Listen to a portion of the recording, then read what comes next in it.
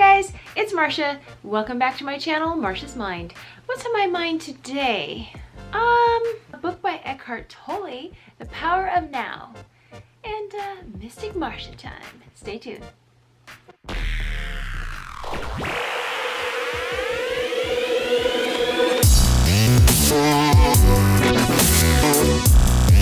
I am coming to you from my room in front of the fire. You like my fire? Today I wanted to share with you something out of this book. I'm not going to go over everything in this book in this video because that would be a rather long video. But I wanted to share something with you just really profound. If you don't know who I am, I'm Marsha. I am Marsha. That's my name. And this is my channel, Marsha's Mind. I say whatever's on my mind, I make a video about it. And this is what's on my mind today. If you're new, welcome. Consider subscribing so you don't miss a video. And hey, if you like it, thumbs up. You know, thumbs down. Hey, to each his own. If you don't know who Eckhart Tolle is, he is a visionary. He is a spiritual teacher. He does not belong to any one religion or tradition. He is just has a simple but profound message. And this book, Power of Now, is pretty awesome. Let me tell you what I learned. Just a quick rundown about this book. He talks about the mind versus the being, talks about being in the future, thinking about the future, versus being in the now, the presence, the power of now, and how you can watch as an observer your mind, how it thinks, and it's just really, really good. There's so many tidbits, but I wanted to share something with you because this is what I do on this channel. I apply the law of attraction, I apply things that I've learned to become a better version of myself, and I experience it. I tell you my experience with it so that maybe you will be inspired and maybe you can learn something from it. So here I go. He talks about how there is an egoic mind and of course us.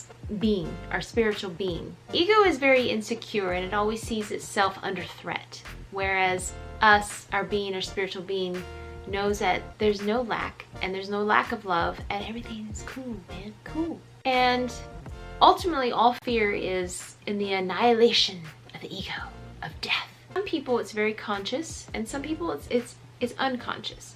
So what he means by this in his book, there's a page 45, The Ego's Search for Wholeness.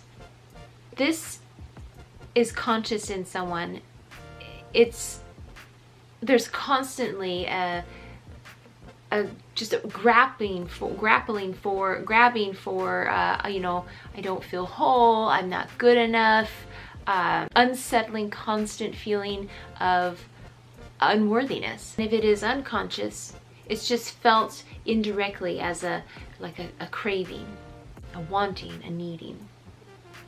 But in either case, he says, people often enter into a compulsive pursuit of, you know, ego gratifying things. This compulsive pursuit of ego gratifying things, you know, to fill a hole, this hole that's within. So you go after money, you go after possessions, success, money, recognition, special recognition. It reads that they do this to feel better about themselves, to feel more complete, and that the most common ego identifications that have to do with possessions, the work you do, your social status and recognition, your knowledge, your education, physical appearance, special abilities, relationships, personal relationships, family history, your belief systems, political, national, racial, religious, and other collective identifications. But none of this is you.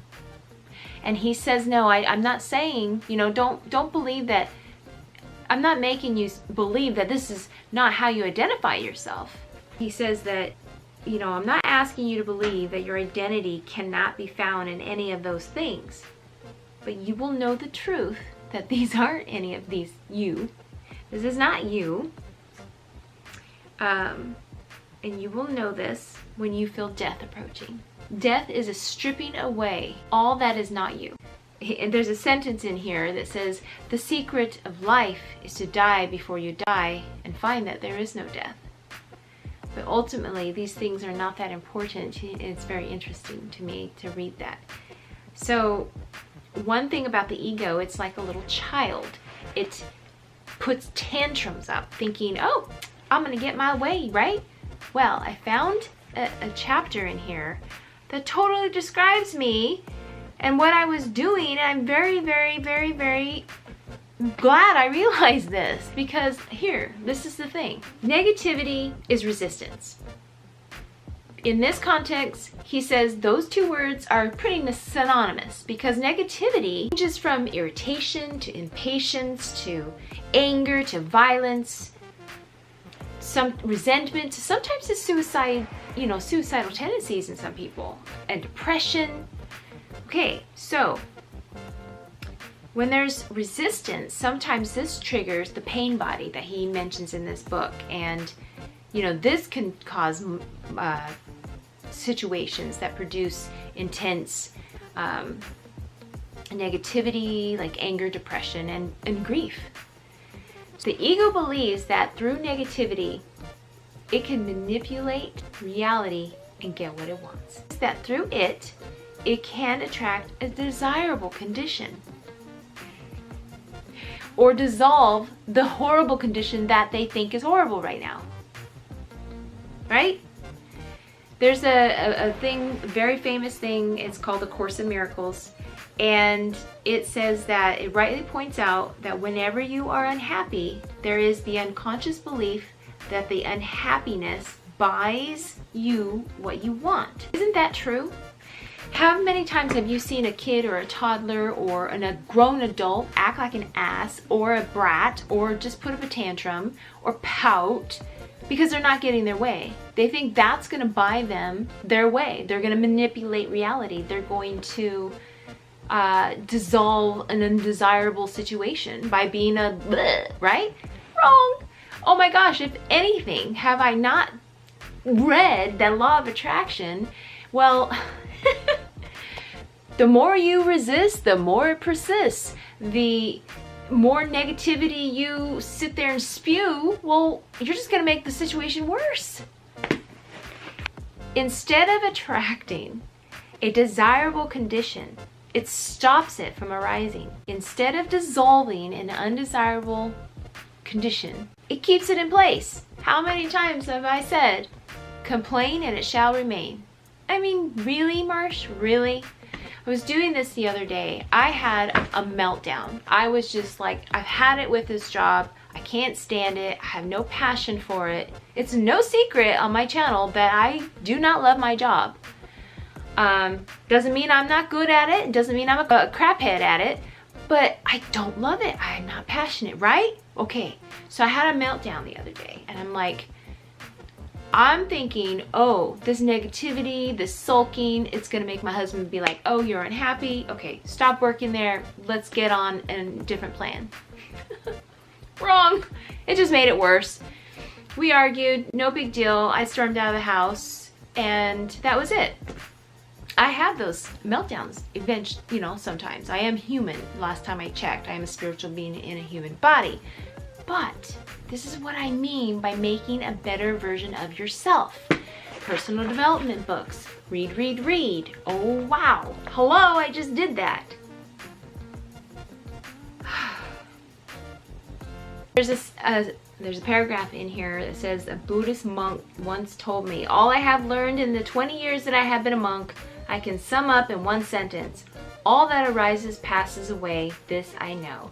I have learned to offer no resistance to what is. I have learned to allow the present moment to be and to accept the impermanent nature of all things and conditions. Thus I have found peace. And you know what I did? He talks about being the power of the now, right? So anytime I found myself in my mind and daydreaming or complaining on how slow time is going, I brought myself to the now.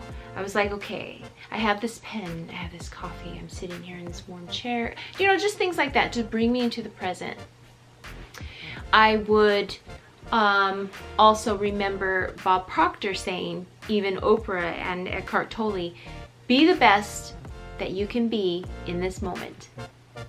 Be totally in this moment and do your best, because then the next step will be your best. So don't keep thinking about what's in the distance, in the future, right? Just be in the now, because this is the primary step to get you to that next best step and then to your destination. So your destination will be the best depending on the step you take now. So tie that in with what I learned about the ego, trying to be a little brat, and you know, that's not gonna work. Hello? So it worked. I've been taking so many calls. I've almost been like the most calls. My time working is under expected time. I've been getting compliments like on every call, how professional I am, how it's just been wow. When I answer the phone, I've been thinking, thank you for calling and, you know, helping me pay my bills. I really appreciate you calling in and giving me a job and a paycheck. You just go through those moments, and it's so powerful to read things and be like, oh my God, that's me. So guys, don't let your ego be a little butt and be a brat and be in your way, because that is what's keeping you where you are. And I've seen so many signs that shows me I'm on the right track. Wow, wow, wow. I have been bombarded with signs. I'm just like, whoa, I gotta write this stuff down for Magic Day video. Whoa. Amazing. So anyway, that's my video. It's way too long, and I hope it made sense. So be in the power of now. Your ego is a brat, tells lies. Don't believe it, guys. Don't believe it. Be in the present, be in the moment. That is the takeaway from today. So hey, I'm gonna come up with more videos, so stay tuned. And namaste, love and light, guys. Bye.